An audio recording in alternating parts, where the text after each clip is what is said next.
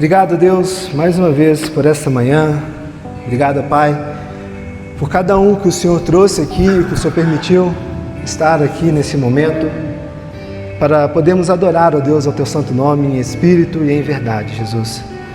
Nós te agradecemos por essa igreja, te agradecemos por cada vida e te pedimos, ó Deus, que o Senhor possa ter liberdade em nosso meio, se fazer presente, conduzir, ó Deus, nossa devoção, nossa oração, nossa comunhão, ó Deus, contigo.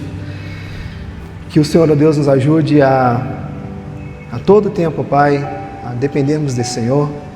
Que Teu Santo Espírito sempre nos confronte, esquadrinhe nosso coração, traga, ó Deus, à luz aquilo que precisa de confissão, aquilo que precisa de arrependimento, aquilo que precisa também, ó Deus, de celebração, ó Pai, de celebrar e de reconhecer graça e a bondade do Senhor, como os salmos que nós acabamos de ler, ó Pai. Obrigado porque o Senhor é fiel, porque o Senhor é bom, porque o Senhor é justo, porque Suas misericórdias, ó Deus, ela não tem fim, e de geração em geração o Senhor tem nos mostrado, ó Deus, o quão bom o Senhor é e o quanto, ó Deus, nós precisamos de Ti, para todas as esferas da nossa vida, Pai. Receba, Deus, a nossa mensagem agora, traga descanso aos nossos corações, aqueles que estão cansados, aflitos, quaisquer outros pensamentos ou sentimentos que possam estar vindo, ó Deus, que eles possam encontrar um refrigério do Senhor para as suas vidas, ó Deus. Que isso não roube a nossa atenção, não roube a nossa paz, e que o Senhor, ó Deus, seja glorificado essa manhã. Também oramos por nossas crianças, que o Senhor também possa acalmar os seus pequenos corações, que o Senhor possa ser com cada uma delas, ó Deus, que esse tempo, que esse momento do culto, ó Deus, também seja uma reafirmação dessa liturgia, dessa esperança que nós acreditamos e que nós cremos, e que desde já, ó Pai, elas possam ter essas sementinhas plantadas em seus corações, e no tempo certo, ó Deus, no tempo do entendimento, elas possam professar, confessar, ó Deus, e dizer que o Senhor é Senhor de suas vidas. Nós te agradecemos e oramos em Teu santo nome, ó Pai. Amém. Queridos, Romanos capítulo 16, abram suas Bíblias, Romanos capítulo 16.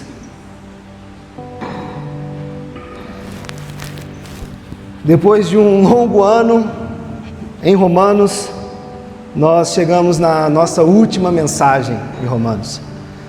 Se eu não estou enganado, eu acho que foram 45 sermões, uma coisa assim. O ano tem 52 domingos, né? 52 semanas. Acho que nós tivemos 44 ou 45 sermões em Romanos, ou 45 é esse, enfim. Esse número não quer dizer nada, só quer dizer que nós estamos chegando ao fim de Romanos, depois de um longo ano estudando e sendo confrontados e sendo conduzidos através das instruções, através do que Paulo tem a nos ensinar e mostrar aqui, promovendo entre nós crescimento, promovendo entre nós arrependimento e seguindo de fato aquilo que as Escrituras nos apontam. Bom, nós vamos ler todo o capítulo de Romanos, tá? Então nós vamos condensar todo esse último capítulo nesse nosso sermão. Então peço que você possa abrir suas Bíblias aí na revista atualizada, se lendo na revista atualizada, vamos ler aqui todos os versículos juntos, tá joia? Romanos capítulo 16 diz o seguinte: recomendo-vos a nossa irmã Febe, que está servindo a igreja de Cencreia, para que a recebais no Senhor como convém aos santos, e a ajudeis em tudo que de vos vier a precisar, porque tem sido protetora de muitos e de mim inclusive. Saudai Priscila e Áquila, meus cooperadores em Cristo Jesus, os quais pela minha vida arriscaram a sua própria cabeça, e isso lhes agradeço, não somente eu, mas também todas as igrejas dos gentios.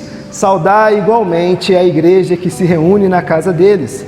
Saudai meu querido Epêneto, primícias da Ásia para Cristo.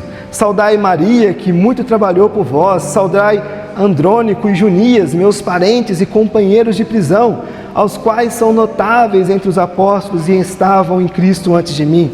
Saudai Ampliato, meu dileto amigo do Senhor. Saudai Urbano, que é nosso cooperador em Cristo, e também meu amado Estaques. Saudai Apeles, aprovado em Cristo. Saudai os da casa de Aristóbulo.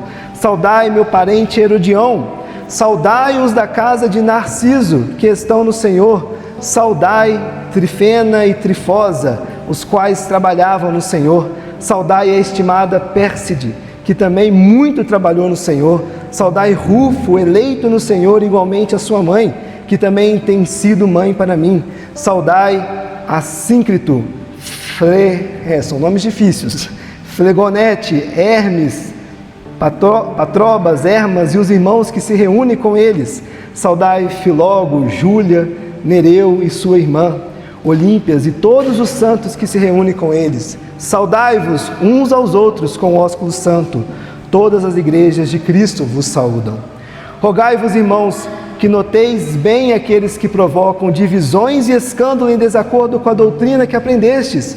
Afastai-vos deles, porque esses tais não servem a Cristo, nosso Senhor, e sim a seu próprio ventre, e com suas palavras e lisonjelas enganam o coração dos incautos.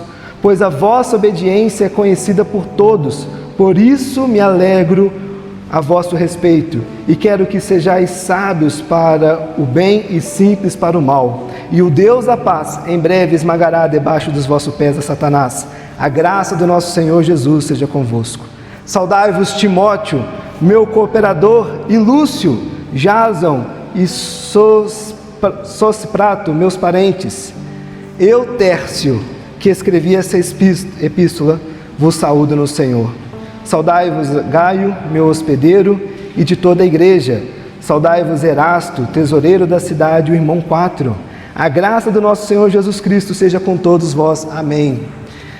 Versículo 25. Ora, aquele que é poderoso para vos confirmar, segundo o meu evangelho e a pregação de Jesus Cristo, conforme a revelação do mistério guardado em silêncio nos tempos eternos, e que agora se tornou manifesto e foi dado a conhecer por meio das Escrituras proféticas, segundo o mandamento do Deus eterno, para obediência por fé entre todas as nações.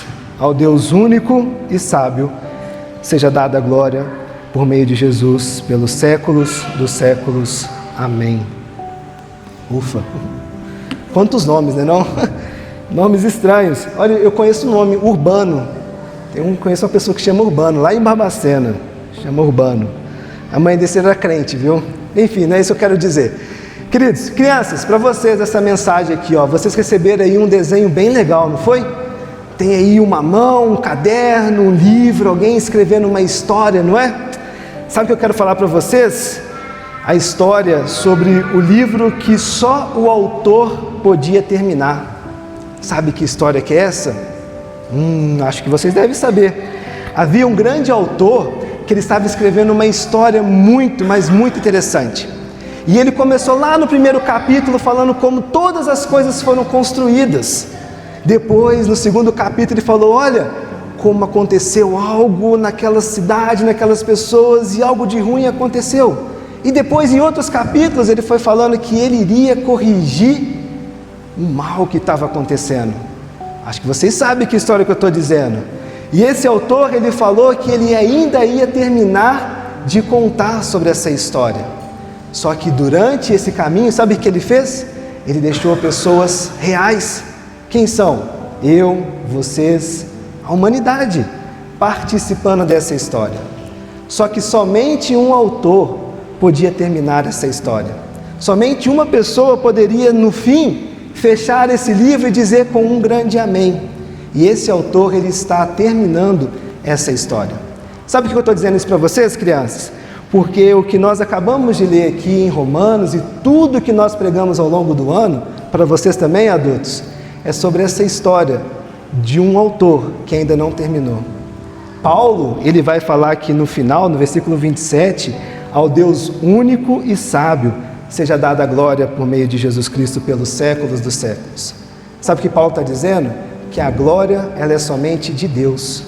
E esse Deus que é o autor, ele ainda está escrevendo a história e nos permitindo participar dessa história, permitindo vocês também participar dessa história. E é isso que Paulo fala aqui nesse texto, e é isso que Paulo também fala sobre os nomes que nós falamos aqui, sobre pessoas reais que participam dessa história. Então, enquanto vocês estão aí fazendo esse desenho colorindo, lembrem disso.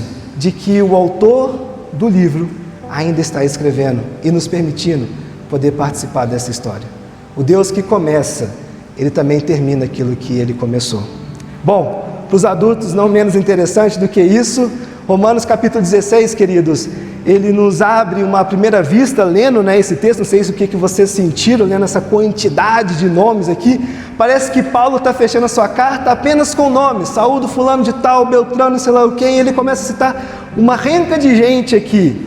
E é justamente isso que nos lembra algo muito simples aqui, que a fé cristã, queridos, ela sempre esteve ligada a pessoas reais. Paulo encerra a carta chamando nomes, e ele fala irmãos, irmãs, famílias, colaboradores, gente de carne e osso como eu e você. Queridos, Romanos não foi escrito para uma igreja genérica, mas para uma comunidade específica, com gente comum, vivendo a sua fé comum, no meio da capital, no meio do império. Isso nos mostra, queridos, que toda a teologia que nós vimos até aqui ao longo de todo esse ano, pecado, graça, justificação, santificação, vida na igreja, tudo isso sempre teve um destino concreto, que é o quê? A igreja local. Depois dessa parte inicial que Paulo, eu vou falar mais sobre isso, tá? Mas depois dessa parte inicial que Paulo apresenta, falando sobre nomes, sobre pessoas, falando sobre todo esse contexto, ele caminha para o que nós chamamos de doxologia, onde nós queremos focar nessa manhã. Romanos termina afirmando que Deus é poderoso para confirmar a igreja no Evangelho, e que toda a glória pertence única e exclusivamente a Deus, por meio de Jesus Cristo. E, meus irmãos, essa é a âncora dessa carta. E podemos dizer que essa deveria ser a âncora das nossas vidas. Essa é a conclusão natural de tudo que nós vimos ao longo deste ano e de tudo que Paulo nos apresenta na carta aos Romanos.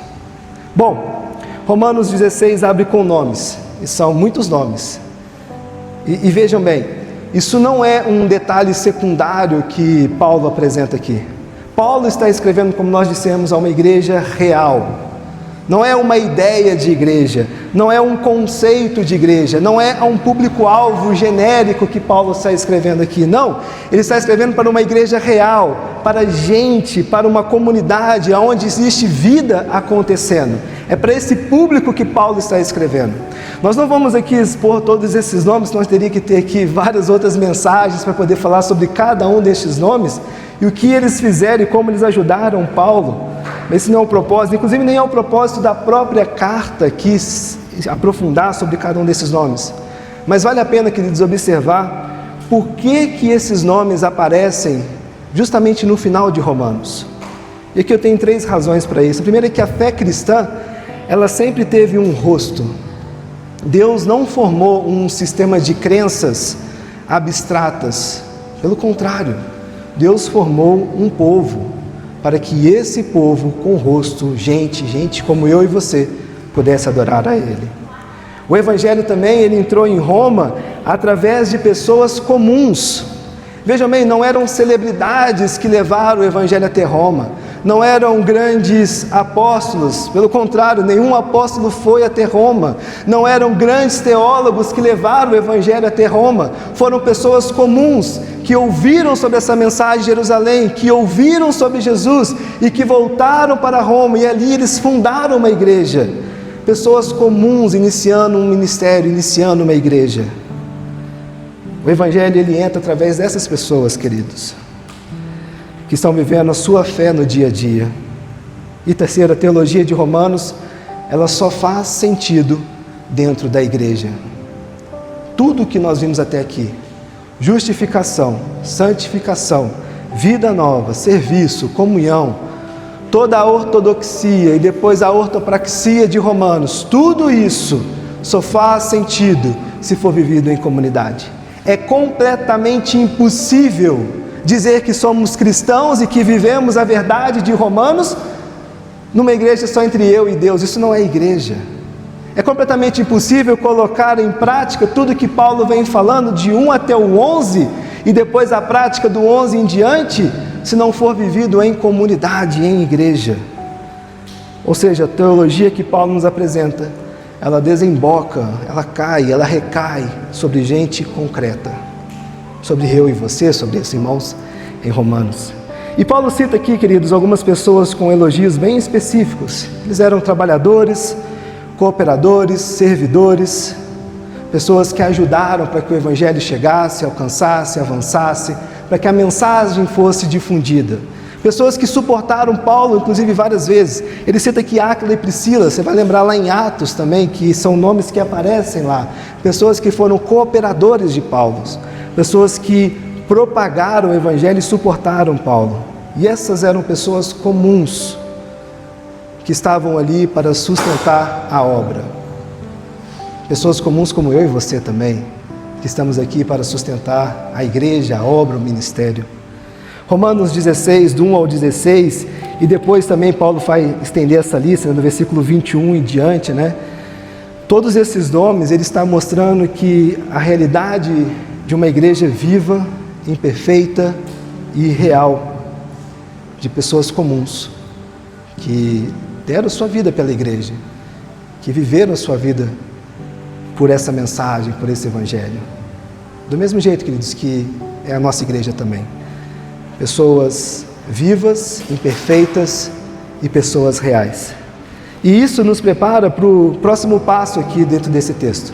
Porque antes de nós chegarmos na doxologia, que é o versículo 25, né, o final, e a gente vai gastar mais tempo nesse texto, né? Paulo nos lembra um detalhe muito importante sobre como essa carta chegou até nós. E isso reforça ainda mais essa ideia de que Deus age por meio de gente comum. No versículo 22 ele vai dizer: eu, Tércio, que escrevi essa epístola, vos saúdo no Senhor. Talvez se você leu e pensou, uai, não é Paulo não que escreveu? Como assim Tércio? Está dizendo, eu, Tércio, vos escrevi. Essa carta não é de Paulo? Então onde está errado? A Bíblia está errada? Como assim? Não é Paulo que é o autor? Ele fala lá no capítulo 1, versículo 1, eu, Paulo, apóstolo de Jesus, e aqui no final ele está dizendo, eu, Tércio, que escrevi essa epístola. Tércio não era um outro nome para Paulo não, tá? Tércio era uma pessoa real, que foi um escriba ali de Paulo. E aqui não tem mistério, queridos. Como falamos, Tércio era o escriba, era a pessoa que copiava, era a pessoa que estava ali anotando tudo o que Paulo estava dizendo. E vejam, isso era absolutamente comum naquela época, especialmente para alguém como Paulo, uma pessoa que viajava muito, uma pessoa que sofria muito, uma pessoa, como ele mesmo relata, tinha um espinho na carne, uma limitação que por vezes o impedia de algumas coisas. Ou seja, era completamente normal ter escribas ou pessoas responsáveis para poder estar escrevendo aquilo que alguém estava ditando, como o mestre que era Paulo. Isso que acontece aqui no final dessa carta de Romanos. Mas aqui é importante ser claro, queridos, que o fato de Tércio escrever, isso não altera em nada a autoria de Paulo aqui. E como é que nós sabemos disso? Romanos começa, como falamos, como Paulo se identificando como autor, lá no versículo 1, Paulo, servo de Jesus Cristo. Ou seja, ele está reafirmando a sua autoridade apostólica aqui, dizendo, olha, eu, Paulo, servo de Jesus Cristo, estou enviando essa carta para vocês. Estou ensinando, instruindo vocês sobre como deve prosseguir a sua vida cristã e entender sobre Jesus Cristo. Aqui nós já vemos essa autoridade apostólica declarada também. Paulo também repete essa prática em outras cartas. Se você observar lá em 1 Coríntios capítulo 16, não precisa abrir, mas 1 Coríntios capítulo 16, versículo 21, Paulo vai dizer, a saudação escrevo eu, Paulo, de próprio punho. Ou seja, todo 1 Coríntios foi escrito por outra pessoa, e essa saudação, as palavras finais, eu, Paulo, estou escrevendo de meu próprio punho. Gálatas capítulo 6, versículo 11, Paulo vai dizer, vede com que letras grandes vos escrevi de meu próprio punho. Ou seja, isso era uma prática comum que Paulo tinha de ter escribas, outras pessoas, escrevendo as suas instruções, escrevendo as suas falas. Era uma oportunidade de ter uma outra pessoa absorvendo de primeira mão a mensagem ali, sendo fiel ao que Paulo estava colocando. E uma outra razão, queridos, que a igreja cristã, desde o primeiro século, nunca questionou a autoria de Paulo. Isso tem que ficar claro para nós também. Romanos é a carta paulina mais universalmente aceita na história da humanidade. Ninguém nunca questionou que de fato era Paulo quem escrevia, porque tem um outro aspecto. Também tinham pessoas que eram pseudo-autores. Há muitos manuscritos, há muitos textos do Antigo Testamento, do Novo Testamento, pessoas que se passavam por apóstolos, pessoas que se passavam roubando a autoridade de outros, escrevendo cartas. E aqui, a igreja nunca questionou que de fato Romanos era uma carta de Paulo para a igreja de Romanos. Então, resumindo aqui de forma bem simples, o ensino ele é de Paulo, o instrumento para este ensino é Tércio, e a inspiração ela é de Deus. E é importante dizer isso, que apesar de termos um terceiro agente nessa história, que é Tércio escrevendo, isso também em nada, absolutamente nada, diminui ou tira a soberania de Deus em inspirar a sua palavra. Nós acreditamos que toda a Escritura ela é inspirada por Deus. Tudo que nós encontramos de Gênesis a Apocalipse foi inspirada, dita por Deus. E Deus usou homens e mulheres, falhos como nós, comuns como nós, para poder escrever a sua palavra. E Romanos não é nem um pouco diferente disso. Isso, queridos, só nos reforça esse ponto que nós acabamos de ver, que Deus usa pessoas reais, limitadas, com seus dons simples, para registrar e preservar a sua palavra. A mesma coisa, queridos, acontece também em nossas vidas, na nossa realidade. Deus usa pessoas comuns como eu e você para poder preservar a sua palavra, para podermos ser instrumento dele, para podermos propagar e anunciar essa palavra. Glória a Deus porque temos ela completa aqui em nossas mãos. Mas vejam, quantos homens na história e mulheres na história não passaram até que essa mensagem chegasse até nós? Quantas águas não passaram por aqui para até que pudéssemos estar aqui neste momento, nessa igreja, nesse ambiente confortável, nesse prédio aqui, adorando a Deus? Porque Deus usou pessoas comuns na história para que nós pudéssemos estar aqui. E da mesma forma, Deus também quer usar pessoas comuns como eu e você, para que essa mensagem, para aquilo que nós acreditamos, possa ser um instrumento usado para alcançar vidas. Para que nós sejamos a continuidade deste canal de bênção que nós recebemos, queridos. Deus utiliza essa igreja, as igrejas espalhadas por aí afora, como instrumentos para poder propagar, anunciar e difundir essa mensagem. Agora, vejam bem, se Deus usa pessoas comuns, Paulo também vai aqui nos chama a sua igreja e nos chama a atenção a proteger aquilo que nós recebemos. No versículo 17 até o versículo 20, Paulo traz uma instrução aqui.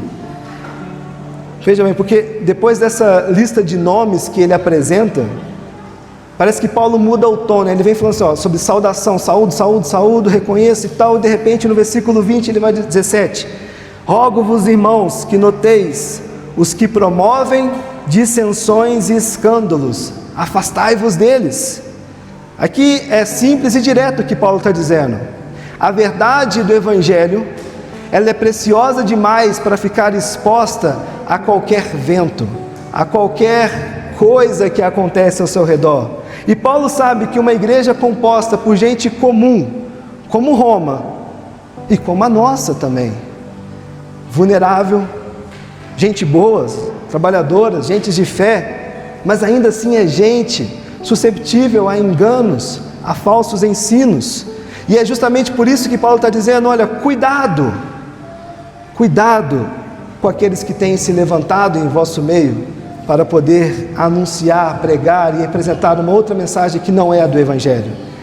3 pontos rápidos sobre isso, queridos, que a divisão ela não nasce do Evangelho, é importante dizer isso. A divisão ela nasce de gente que rejeita o Evangelho. E Paulo diz para isso no versículo 18, essas pessoas que têm se levantado, tenham cuidado, cautela com eles. Essas pessoas que têm se levantado, elas não servem a Cristo, mas elas servem ao seu próprio ventre.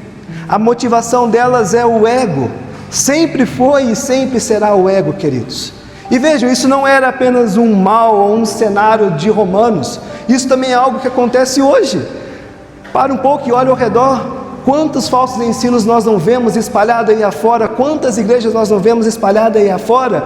Aonde tem ensinado e pregado muito mais sobre as suas próprias interpretações e vontades e entendimentos do que sobre as Escrituras. Muito mais sobre o que diz respeito a ela mesma e como aquilo a agrada, como aquilo é um instrumento em suas mãos, do que de fato as Escrituras. É para esses que Paulo está dizendo, olha, tenham cuidado, cautela, se afastem dessas pessoas que são motivadas pelo seu próprio ego. E o dano, queridos, delas não é só intelectual, ele é relacional. Porque falsos ensinos, eles quebram vínculos. Falsos ensinos, eles geram grupos paralelos. Falsos ensinos, eles criam tensões aonde ele está sendo instaurado. Falsos ensinos, eles corroem a confiança.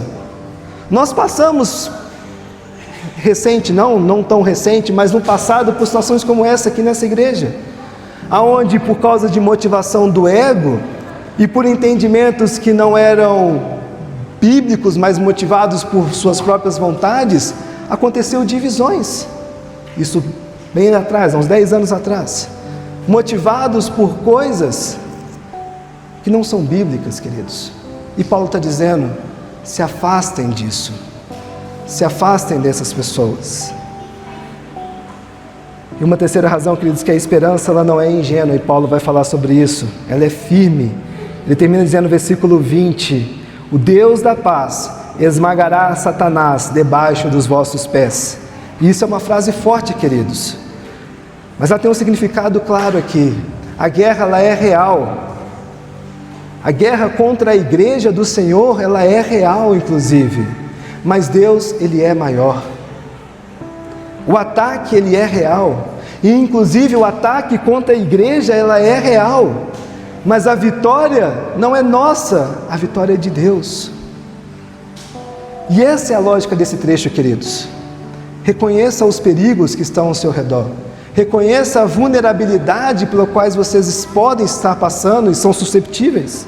E afastem daquilo que destrói. E lembre-se que o Deus da paz é quem domina. Com isso, Paulo nos prepara para a parte mais importante desse fechamento, queridos. Mostrando que o fundamento da igreja é que Deus ele é poderoso para confirmar. E é o que ele vai falar aqui no versículo 25. E nós entramos nessa doxologia, fechando a carta. Quando Paulo chega ao final dessa carta, ele não encerra essa carta com um resumo, nem como uma lembrança moral aqui para nós, nem como uma despedida simples. Paulo não vem falando floreios aqui no final dessa carta. Pelo contrário, Paulo termina com Deus, aonde toda teologia séria, inevitavelmente, deveria terminar, queridos. E ele fala no versículo 25, aquele que é poderoso para vos confirmar. Essa frase ela não é apenas uma conclusão aqui. Essa frase ela retorna ao tema central que percorre toda a carta aos Romanos. A salvação ela é sustentada pelo próprio Deus. A palavra confirmar que Paulo usa aqui carrega a ideia de firmar, de estabilizar, de colocar de pé. Isso significa que tudo que Paulo explicou em Romanos, do 1 até o 16, como falamos, da condenação universal do pecado, a justificação gratuita, da união com Cristo, a obra do Espírito, da soberania divina, a transformação da vida, da igreja vivendo e expressando tudo aquilo que Paulo está ensinando, tudo isso só se sustenta porque Deus mesmo mantém o crente na verdade. E aqui está o primeiro grande sentido da doxologia. O Deus que justificou é o Deus que preserva. A carta, queridos, não termina dizendo, olha, façam a sua parte, Depois de tudo que vocês ouviram até aqui, eu tenho algo para dizer, vai e façam a sua parte. Não, Paulo não coloca sobre nós nenhuma responsabilidade nesse processo da vida com Cristo. Ele colocou para trás, porque ele veio dando base, mostrando, olha, tudo isso aqui é o errado, isso aqui é o certo, agora você tem que colocar isso na prática. Mas no final, Paulo não está dizendo, olha, façam a sua parte, mas está dizendo que Deus é poderoso para firmar vocês naquilo que Ele mesmo realizou. Queridos, sem essa afirmação, Romanos seria humanamente inalcançável.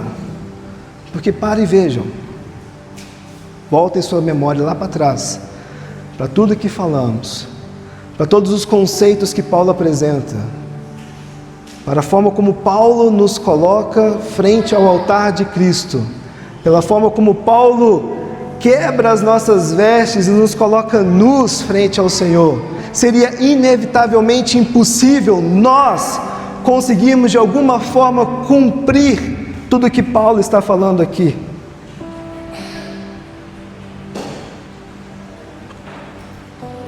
Por isso que Romanos se torna o fundamento da segurança cristã, queridos, porque Paulo está mostrando que Deus confirma e ele explica como isso. No versículo 25, segundo o meu evangelho e a pregação de Jesus Cristo. Vejam, meu evangelho. E aí vamos abrir um parênteses aqui, não significa uma autoria pessoal. Não quer dizer que Paulo agora criou um evangelho à parte.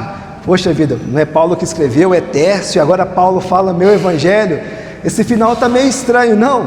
Não é um evangelho novo que Paulo está criando aqui. Pelo contrário, aqui não significa uma autoria pessoal dele, mas a responsabilidade apostólica de reproduzir aquilo que ele é como um canal reprodutor, queridos. Paulo está dizendo que o meio pelo qual Deus sustenta o crente é o evangelho que ele anunciou desde o primeiro capítulo, o primeiro versículo de Romanos até aqui. O mesmo evangelho que ele desenvolveu ao longo de toda a sua carta. Irmãos, não há uma sustentação espiritual fora dessa verdade objetiva, queridos, do Cristo crucificado e do Cristo ressurreto. A permanência na fé, a minha e a sua permanência na fé, a permanência da igreja na fé, não nasce de um sentimento do que nós podemos fazer ou de que forma podemos relacionar, não, mas ela nasce do permanecimento neste evangelho, nessa mensagem que Paulo anunciou, que é Cristo, o Cristo exposto, o Cristo pregado e o Cristo ressuscitado e o Cristo que nós recebemos, e é esse Cristo que confirma e firma a sua igreja, queridos. É impossível não ser igreja se não estiver Cristo como centro e como governo. É impossível viver uma vida cristã se ela não for confirmada por Cristo, se ela não for confirmada pelo seu evangelho. A fé, meus irmãos, não se sustenta porque ela é forte, pelo quanto eu tenho fé, pelo quanto eu oro, pelo quanto eu sou capacitado, pelo quanto eu falo, pelo quanto eu leio. Não é pelo quanto nós fazemos, mas porque ela está ancorada na verdade que Deus revelou. Em seguida, Paulo amplia essa perspectiva. Ele vai dizer, conforme a revelação do mistério agora manifestado. O mistério no Novo Testamento, queridos, não é algo enigmático. Vamos aqui descobrir quais são os 7 passos para poder entender aonde esse mistério vai nos levar. Não é algo enigmático aqui. Muito pelo contrário. Mas é algo que estava antes oculto e agora esse algo foi revelado. O que uma vez estava encoberto, se assim podemos dizer, nas sombras do Antigo Testamento, nós lemos aqui Isaías 9, as profecias que foram feitas e lançadas de que iria vir o resgatador, de que iria vir o príncipe da paz, de que Jesus iria vir. Então tudo aquilo que antes estava encoberto no Antigo Testamento, agora foi revelado esse mistério para nós. E esse mistério revelado, a justiça de Deus, sendo oferecida a judeus e a gentios, e Paulo fala muito sobre isso, a centralidade de Cristo, o plano eterno de Deus para reunir todos em um único povo. Agora tudo isso foi manifestado plenamente, queridos. Paulo está dizendo que Romanos é a exposição clara desse plano. A salvação que Deus opera não é um improviso ou um plano B na história da humanidade, não. Eu criei aqui a humanidade, eles falharam, agora eu tenho um plano B. Não, não é isso. Não é isso. A salvação, ela não nasce das circunstâncias. Não é como reagimos ao pecado, não é como Deus reage ao pecado humano. Não é sobre isso. É sobre o seu governo, é sobre o seu domínio, é sobre a sua soberania. E é tudo isso que Paulo vem dizendo ao longo de todos os Romanos. Ela nasce do decreto eterno de um Deus que é sábio e agora revelado definitivamente em Cristo Jesus. E isso nos leva ao propósito disso, queridos, dessa confirmação, desse agir de Deus. Paulo vai dizer, para obediência por fé. No final do versículo 26. Aqui está, se podemos assim dizer, essa costura perfeita entre o início da carta e o fim da carta. Se você voltar lá no capítulo 1, no versículo 5, você vai ver que Paulo abriu a carta com a mesma frase. E agora ele encerra com a mesma frase. Para obediência por fé. Isso significa, queridos, que o Evangelho que Deus revelou, ele produz em nós um tipo específico de resposta. Uma fé que obedece. E uma obediência que nasce dessa fé. Isso não é um moralismo, não é um ativismo religioso, não são coisas que nós fazemos para a aceitação de Deus. E vejam, falamos muito sobre isso, não há nada que nós podemos construir para alcançar e chegar até Deus. Não há nada em nossas mãos que possa apaziguar a ira de Deus que Paulo fala para trás.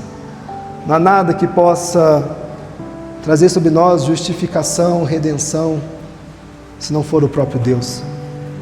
E é isso que Paulo está dizendo, olha, tudo isso, onde o Senhor confirma o Evangelho no seu coração, para que isso possa produzir em você obediência por fé.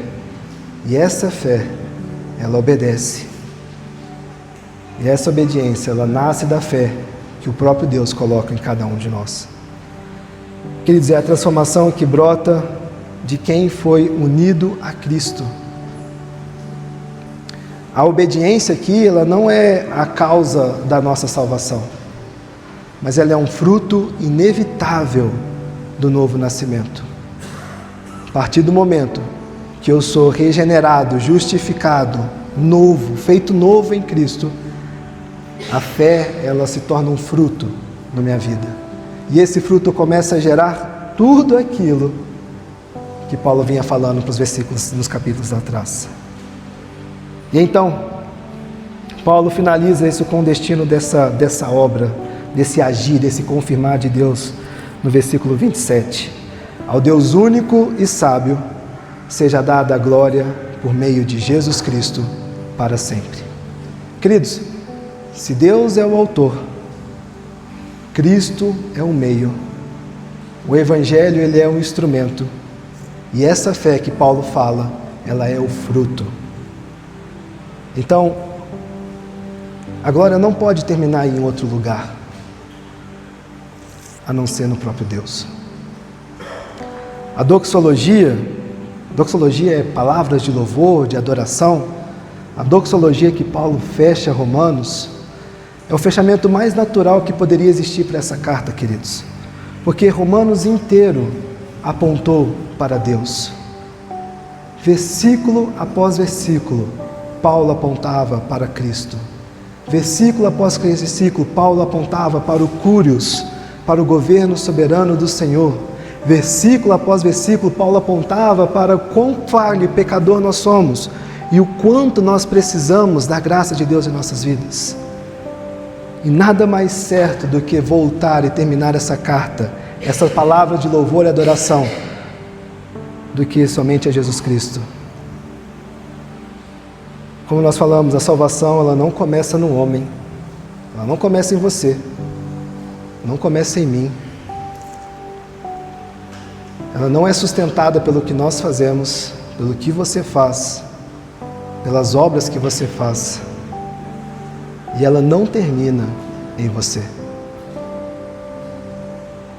A salvação começa em Jesus, é sustentada em Jesus, é confirmada em Jesus e ela termina em Jesus.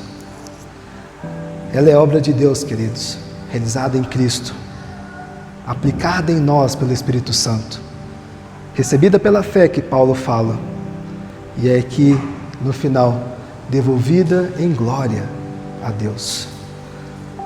Percebam que o ciclo da espiritualidade da nossa vida, em nenhum momento nos coloca no centro. A todo tempo é Cristo no centro e a glória somente é nele. É tão cristocêntrico porque é o próprio Cristo que está confirmando em nós, é o próprio Cristo que coloca fé em nós, é o próprio Cristo que morreu por nós, é o próprio Cristo que restaura a ordem por nós. Isso deveria trazer a nós muito mais paz do que nós imaginamos, queridos, porque é simplesmente nos achegarmos de mãos vazias e recebermos essa glória que é nos dada através de Jesus Cristo.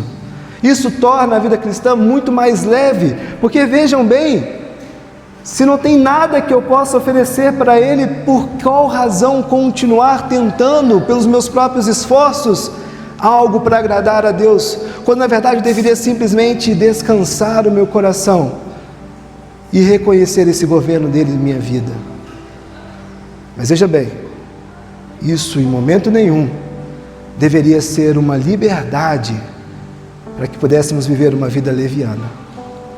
Já que não tem nada que eu possa fazer, já que nada recai sobre mim, já que não há mais nenhum fruto que eu possa oferecer para Deus, então simplesmente eu vou viver a vida como eu bem quiser e eu estou aceito, eu sou um eleito, eu sou salvo pelo que Deus fez. Não, porque o fruto dessa transformação, desse governo de Cristo em sua vida, é tudo aquilo que nós falamos do capítulo 11 até o capítulo 15, aonde na prática da nossa vida, os nossos frutos começam a mostrar quem de fato governa o meu e o seu coração, para que no fim da nossa vida, ou para que no fim desse próprio momento, ou de qualquer circunstância que nós passamos, a glória seja dada única e exclusivamente a Jesus Cristo, a Deus, irmãos.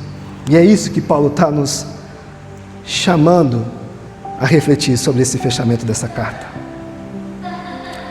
Se Deus confirma, queridos, então a nossa segurança, ela não depende do que nós façamos, ela não depende inclusive do tamanho dessa igreja, mas ela depende da fidelidade de Deus. Se Deus confirma por meio do Evangelho, que é o seu Evangelho, que é a sua palavra, que é sobre Ele, então a nossa história ela não está perdida, pelo contrário, ela está inserida no plano que Ele escreveu, queridos. Se Deus produz obediência por fé, então a nossa vida não é movida pelo que nós podemos fazer, ou pelas pressões, ou pelo que está ao nosso redor, mas pela transformação real que nós recebemos de Jesus Cristo. E se tudo existe para a glória de Deus, então a nossa igreja, eu e você, ela não existe para nós mesmos, ou para o nosso próprio nome. Ela existe para que Cristo seja glorificado e para que Cristo seja visto. No fim, a doxologia, ela não é apenas um amém que Paulo apresenta. Ela é um encerramento da carta e, se podemos dizer, o reinício da esperança. É Deus dizendo, olha, eu começo, eu sustento e eu termino aquilo que eu comecei. A glória é minha e por a glória ser minha, eu dou a vocês a segurança dessa glória. E essa é a verdade que encerra Romanos, queridos. Eu gostaria muito que essa também fosse a verdade que sustenta essa igreja, a minha vida e a sua vida. É isso que precisa ficar gravado em nossas mentes, porque se Romanos termina com Deus, a nossa fé, ela precisa terminar com Deus, queridos. Se Romanos termina com Cristo no centro, a nossa vida também precisa ter Cristo no centro. Se Romanos termina afirmando que Deus confirma a igreja, então a esperança minha e sua e dessa igreja não depende do que ela consegue produzir, queridos, mas da fidelidade de Deus, do Deus que começou a obra, do Deus que confirmará a obra, do Deus que conduzirá a história para a glória do seu nome. E Ele está conduzindo a obra, e Ele vai terminar essa obra. Chegamos até aqui porque Ele conduziu a obra. Romanos termina colocando tudo no seu devido lugar, queridos. E sabe, o nosso lugar nesse fechamento de Romanos é aos pés de Cristo Jesus, confiando no Deus que recebe toda a glória. Bom, depois de atravessar Romanos ao longo de todo esse ano, capítulo por capítulo, domingo após domingo, o que fica para nós não é um acúmulo de informações doutrinárias, nem uma coleção de temas ou mensagens organizadas, não. O que deveria ficar para nós, queridos, é um retrato de um Deus que não falha em nenhuma parte do seu propósito, e de um Cristo que governa cada detalhe da nossa salvação. Deus recebe glória, Cristo conduz a história, e o Evangelho de Cristo nos mantém firmes. É por isso que a nossa esperança, ou a esperança dessa igreja, não depende do que vai acontecer em 2026 ou os planos que nós vamos fazer. Ela depende do que Deus já decretou na eternidade, queridos. E de novo, enfatizando, Ele nos confirmará, Ele nos sustentará e Ele nos fará preservar e Ele nos conduzirá até o fim. Era isso que Paulo queria dizer para aqueles irmãos. E é isso que eu espero que nós, que essa igreja, que eu e você possamos entender. Que Deus conduzirá a sua obra até o fim, para a glória do nome dEle. Porque aquilo que Deus começa, Ele termina. E aquilo que Deus começou, Ele vai terminar. Vamos orar? Obrigado, Jesus, por este longo período estudando Romanos, ó Pai. Obrigado, Deus, por essa riquíssima carta que o Senhor nos permitiu sermos moldados, confrontados. Que o Senhor nos permitiu, ó Deus, esmiuçarmos ela, ó Pai, com riqueza, com detalhe, e podemos entender, ó Deus, o Seu governo, o Seu senhorio, o Seu domínio sobre a história da humanidade, ó Pai. Nos perdoe, Jesus, por várias vezes nós não darmos a glória ao Senhor, não voltarmos a glória a Ti e nos colocarmos, ó Pai, como principal na história de nossas vidas, ó Deus. Quando na verdade, como Paulo nos fala e nos mostra, tudo é sobre o Senhor, tudo é para Ti, tudo depende de Ti, Jesus. E o Senhor que nos dá a salvação, confirma em nós a salvação e recebe a glória, Deus, dessa salvação. Que essa verdade, Deus, reverbere em nossos corações. Que ao pensarmos sobre nossas vidas, sobre as dinâmicas da vida, Deus, essa verdade possa vir à luz, vir à tona, trazer sobre nós, Deus, esse direcionamento do Seu governo e do Seu senhorio, Pai, sobre nossas vidas. Que a Sua graça, Pai, nos mova, nos conduza sempre em direção a Ti, Jesus. e que possamos depender do Senhor em todas as esferas da nossa vida, Pai. Muito obrigado por esse período. Muito obrigado, Deus, por essa oportunidade. E que essa semente que foi espalhada agora, ela germine em nossos corações. Ela dê fruto, ela cresça, ela promova, ela transforme, Deus, nossas vidas e que haja crescimento em nós, ó Pai. Não por nós, mas pelo Seu agir em nossas vidas. Nós te louvamos, ó Deus, e oramos em Teu soberano nome. Amém, Jesus.